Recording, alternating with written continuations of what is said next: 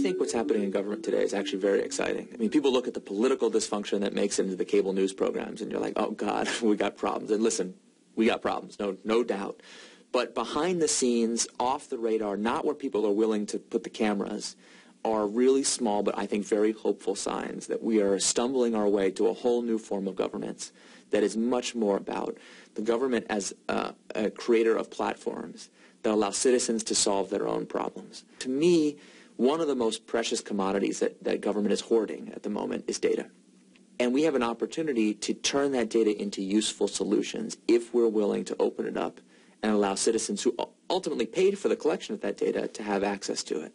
So this is not about, revealing people's private secrets. Rather, it's about taking the data that's already being lawfully and legally collected and making programmatic access to that information available to everybody.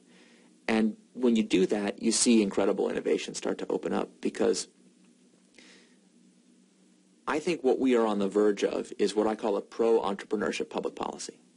To be pro-entrepreneurship as a matter of public policy means to make government a tool for helping entrepreneurs get started. That's what we want.